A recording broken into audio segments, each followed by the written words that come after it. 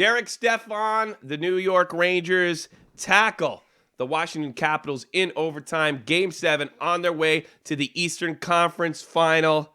All that, status update with Dead on Dave and more right here on In the Crease with Tommy C.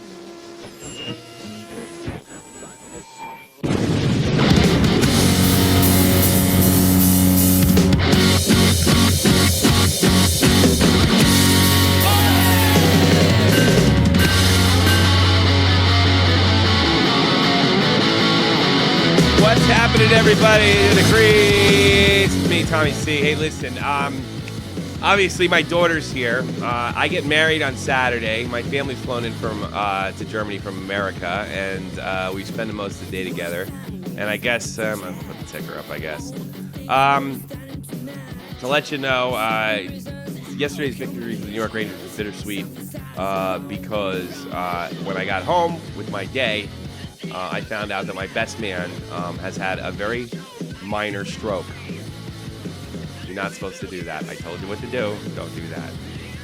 So I didn't expect to make a show under these circumstances. It was a really enjoyable game, but my mind's somewhere else. Dead on Dave.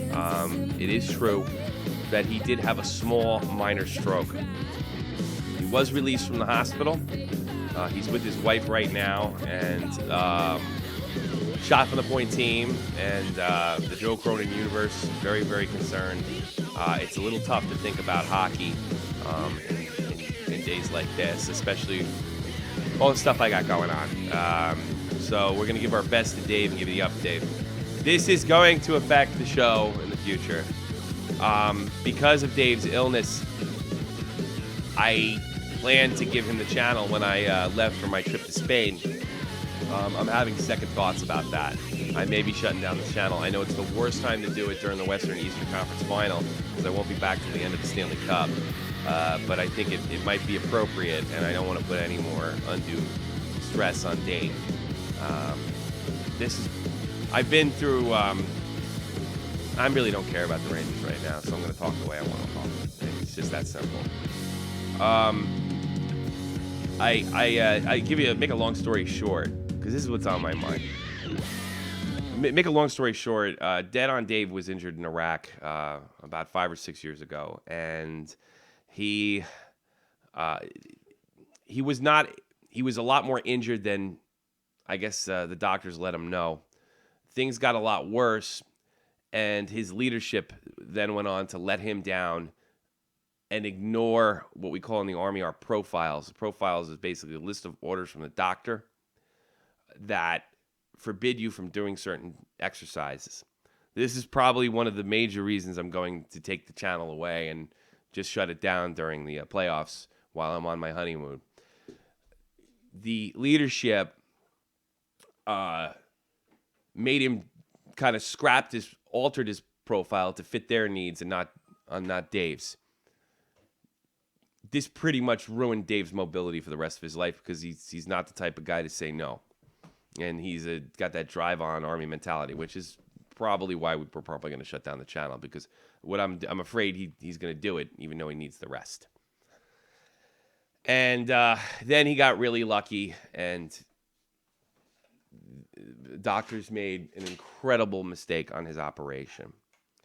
That led to weight gain, which, by the way, he's lost a ridiculous amount of weight in the last 12 months. I mean, we're talking somebody, who's pushing 400 pounds, and, he's getting it down all the time. He's very proud of his pants, which he could probably use for a big bivouac or a camp out, the ones he had a year ago. I mean, he has to buy all new pants. So the Army let him down, the doctors let him down, and he lives here in Germany with me. And his family, and he got interested in podcasting. To find out that he had a stroke is really concerning for me. Well, because while this is doing something like this, it doesn't take much energy for me. It does take a lot out of Dave, believe it or not, and he does a lot of work. He does work on the Cronin show. He does his own channel. He does my channel. He does my channel 4 days a week. That's why we have a very liberal policy whether he can cancel or not, more so than maybe some of the other members of the team. And it's It's just tough right now. I'll be honest with you, and there's a pretty good chance he's going to miss my wedding, and which is really disappointing, not only for me but him too. I mean, it was a really big deal. We even did a video when I asked him to be my best man. So this is tough. Here's the good news. He's talking to the team. We have like our own admin chat. Matt's talking to him. Jeff's talking to him. Jake's talking to him. Everybody's talking to him, and he is responding. And his speech has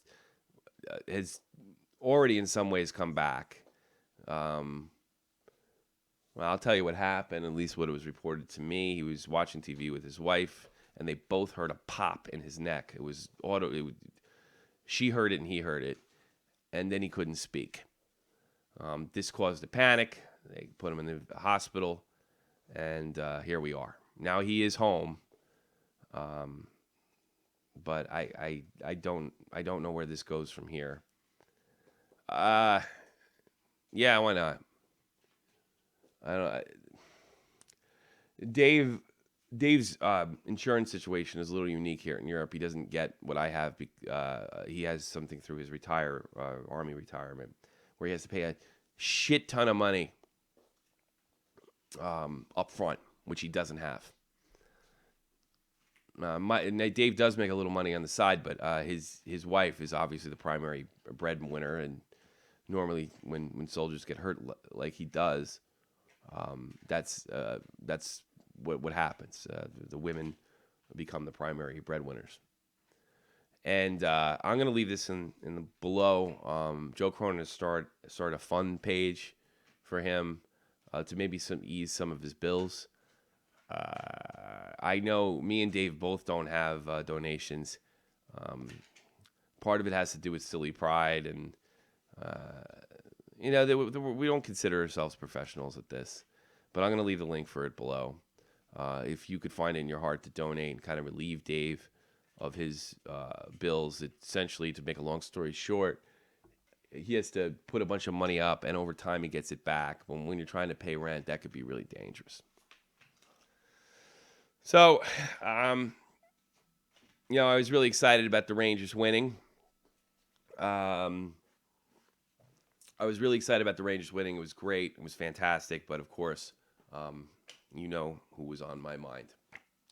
And that was it. So let's talk about hockey a little bit. It turned out to be a typical Rangers-Capitals game, and really typical in the way that they lost other games. Holtby, Niskanen, and Warpick were doing their best to stop the Rangers' attack or limit it. The Rangers have not scored a lot of goals in this series. Only once in Game 6, kind of breaking through the third goal barrier. And they were dominating on faceoffs, the Capitals. The Rangers had typical problems scoring on the power play. It took them 4 or 5 power plays to even really to penetrate. That made it 1-1. I'm also leaving the part that Oldie struck early in the first period, or late in the first period. So we had a 1-1 game, very exciting. A lot of Rangers dominating the chances, but the Capitals dominating on defense, and of course the face-offs. The Rangers really, really got lucky to get through this, not winning those face-offs. I really think the reason the Capitals lost this series, and probably have lost a lot of other series in the past, has a lot more to do with not Oldie. Oldie's going to take a lot of heat for this guarantee. Maybe he should. But they don't have enough playmakers. Nicholas Backstrom, I think they need another center that can create, or other players on the ice, forwards, that can create offensive opportunities for Ovechkin. Because a good defense can stop Ovechkin. Ovechkin only had 3 goals. And I know that doesn't sound like much, but for a player like Ovechkin to limit it like him did, the Ranger defense did a good job. The Ranger defense, the Ranger goaltending, it was identical to the Capitals defense and the Capitals goaltending. The only thing that separated these two teams is the Rangers would be able to create more in the offensive zone. And the only thing that limited the Caps from getting blown out is the fact the Rangers are horrible on faceoffs and their power play has been shaky during the playoffs. Going into the overtime, a reversal of fortune sort of took place. the play was dictated by the Capitals. They were able to put more pressure on the Rangers in their own zone. And they were getting more shots on goal, like the Rangers were getting. But something happened. The Rangers started winning faceoffs as the Capitals iced the puck. And one of those icings led to a win, a shot on goal that forced Holtby down, and a gift to Stefan. It shows you how important these faceoffs are. It shows. Is that the Queen? It shows you how important these faceoffs are. That's why I said the Rangers early on, it could be a second-round exit, and they're very close. Dead on Dave wanted me to say that all the excuse I'm going to make is the bottom line. I don't necessarily agree with this, but I'm going to throw out Dead on Dave's opinion. Up 3-1, can't win a game. You can't lose 3 in a row. Up 3-1, can't win a game. Ovi has failed in his prediction. But I'm going to give Ovi a break, and I think the Capitals should hold their head up high. I think the whole prediction thing was really an attempt to do anything to win, which I respect. Didn't work out. Ovi produced. But there's not enough guys up there that can bury it, and there's not enough guys that can create offense on that team. There's a lot of heart in the Capitals. Joel Ward, defense, Backstrom.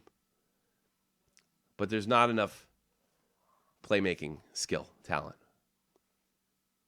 And that's why they lost. And they're not able to, for some reason, put teams away. God, I'm looking at Puck Daddy. Apparently Henrik Lundqvist, he loves to win games on the 13th of May. That's his bag. This is not the first Game 7 he's won on the 13th of May. It's King is good in the OT. What did you think of the Rangers win? Were you happy about it? Why? Why were you happy about it? You can talk. Okay. You can hear it. They'll hear you. I'm happy. You're happy? Yes. Daddy's happy too. Yes. You know, Dave is real sick. You know that? You say it me. You know, it's Dave. And you say it me. Yeah, he told you.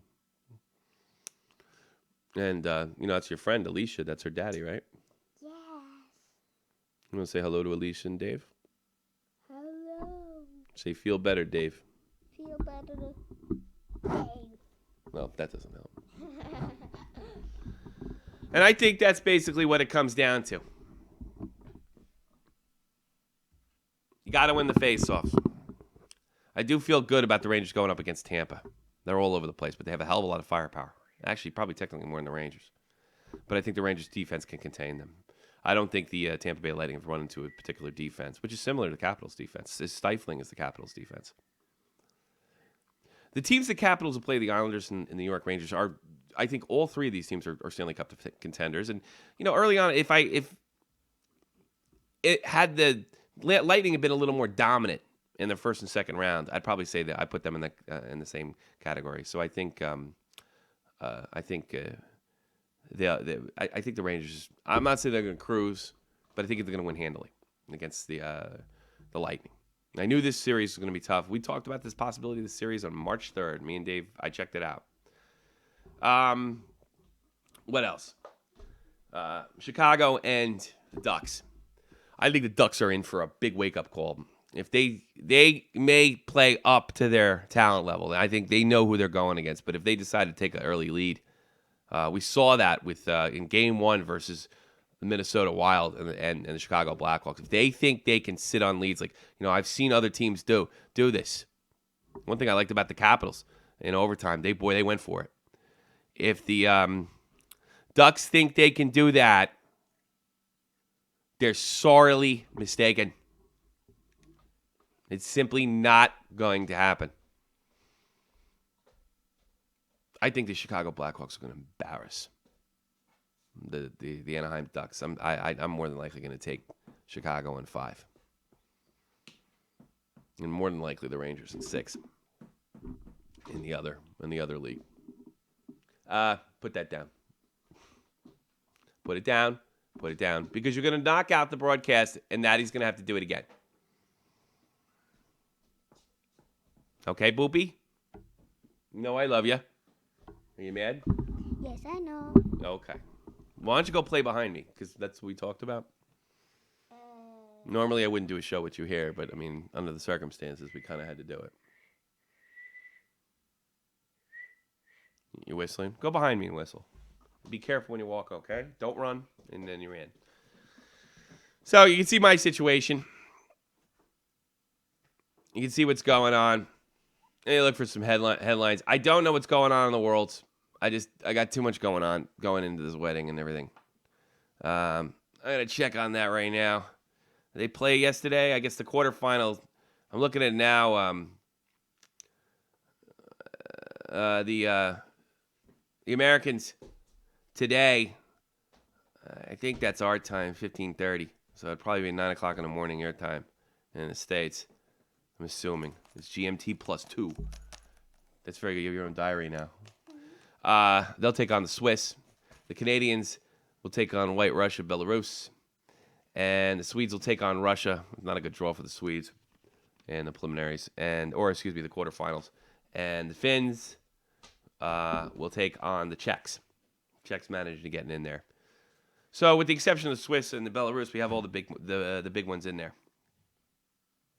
The Canadians, the Americans, the Swedes, and the Finns. And the Czechs. Czechs don't have too many guys under 20. That program over there in the Czech Republic has really dipped. I mean, when Jaromir Jagr has basically been the best player of the Czech Republic since I was 15, and I'm be 39 in December. Excuse me, September. That is something.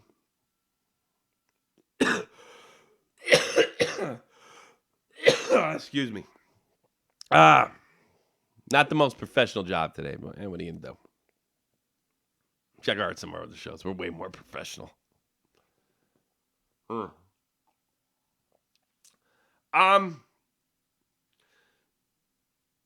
Yeah. Go USA. Go Team Canada. The Canadians and the Americans actually have a chance to meet in the final the way the bracket works out. That'd be nice. The Swedes and the Finns have a chance to meet in the final. That would be nice. And the Russians have a chance to get beaten by the Americans once again, which I think they'll handle them. And the Rangers, the Team USA always plays enough defense to handle the Russians. When you look at the game as an art and to paint a picture, you always lose because it's not art, it's a game. And I think that's the way the Russians look at it. They'd rather create than win. And I really believe that's why Team USA beat them in 1980. Obsessed with analytics, obsessed with the beauty and not the bottom line. I think it's also why a lot of Russian players have hold on to the puck too long. And sometimes, there's a few exceptions. Evgeny Malkin and Pavel Datsyuk have trouble, especially with the rinks being so much smaller in North America. I love beating the Russians as an American. Absolutely love it.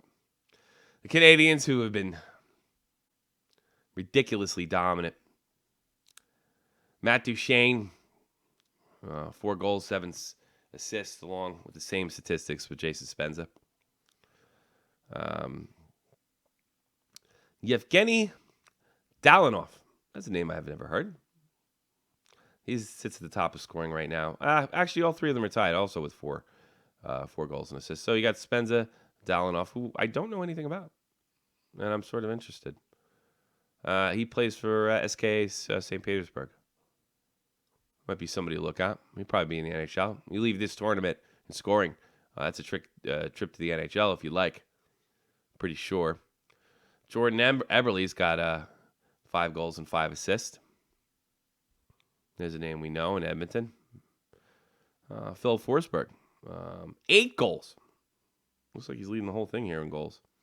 1 assist for Sweden. Taylor Hall, another Edmonton player, 6 goals and 3 assists.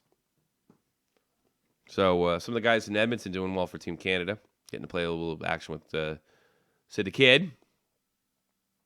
And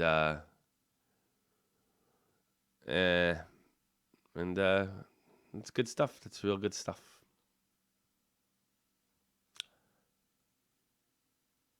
Oh, she left. Normally, I wouldn't do a show with Laura, but I think under the circumstances and, you know, what's on my mind, I suppose to speak. I've been better. But I did talk to Dave. And he's assured me that his health will take priority over YouTube, which is tough. I know that seems like an easy thing, but I mean, when you're not mobile and podcasting is your pastime, I mean, Dave's essentially quit playing video games. Because unlike video games, YouTube you feel like you're producing something. You feel like you're making something. I like that feeling. I like the feeling of being a leader on a team. I like the fact that the guys that have me are always trying to push themselves to give us content, that they get along, that they care about each other, which is what a team's supposed to be about. Everybody's a little rattled right now, me especially. And but at the same time, I mean, it's no secret. I mean, Dave even knows this, and Dave's going to have health problems from here on out. And it just sucks when things are going too good, and he may have to make some changes. And I don't know what those changes are just yet. I don't know anything about this stuff. I don't know how to deal with it. I don't know what Dave's doing wrong, if anything. And, everybody's real scared right now. And, you're not supposed to have a stroke at 31. It's bullshit. It's what it is. And I think Dave deserves a break. I think he's given enough. And I think he should live the rest of his life making sports podcasts. And I don't think that's a hell of a lot to fucking ask.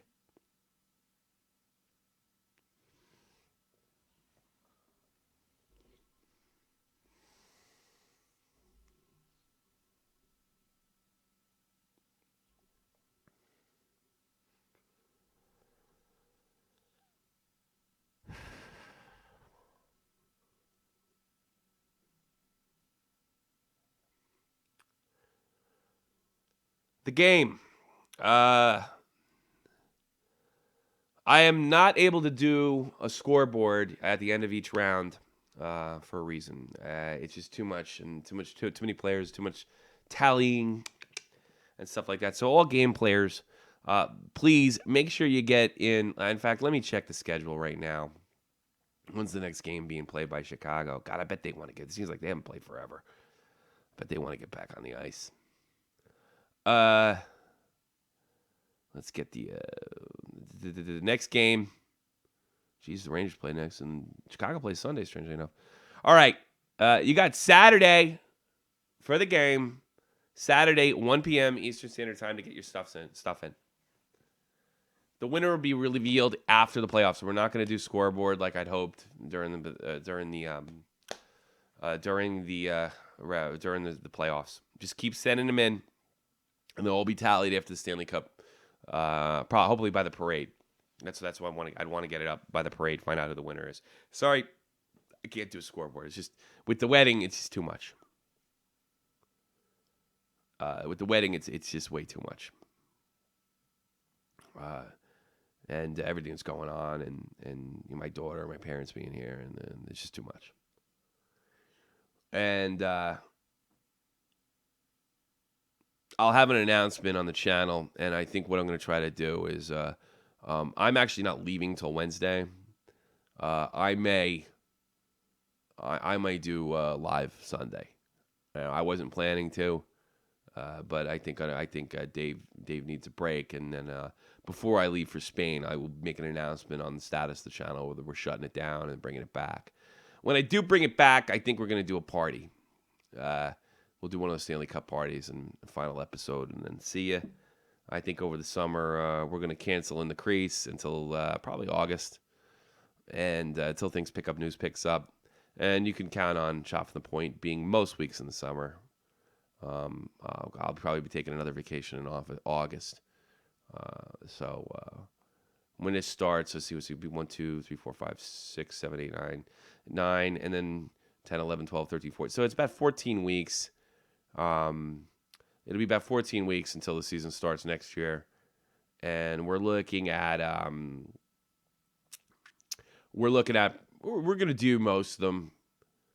I may take some time off in July, and there may be like a 2-week interval, and then definitely August. And then you probably can expect regular In the Crease episodes coming back by September as long as the news comes in. Because, and it's a strange thing. One of the reasons to listen to Shot from the Point is for some reason I get in fights with reporters every summer. Last year was Harrison Mooney. Before that, it was Ryan Lampert. I get in fights. I get like in public feuds with reporters. So, because that happens is the hockey news stops coming in, and all these Twitter wars start over stupid stuff during the summer. So it might be in. I also might take a look into some professional roller hockey leagues, see what's going on. I've always been a big proponent of Midline. We'll see what's going on there. So you can still expect live. We're probably going to try to groom Jersey Jason Lech into the team. He's not a member yet. We're working on it. And that's about it. That's it. Thank you very much for all the support. Please check on Dave's GoFundMe in the bottom. Try to help him with his bills. And I will be around more than likely Sunday. I gotta check. Of course, if there's any cancellations, news is coming. We just don't know where we stand right now. Yeah, news is coming. All right, everybody, it's time. It's time to get out of my crease.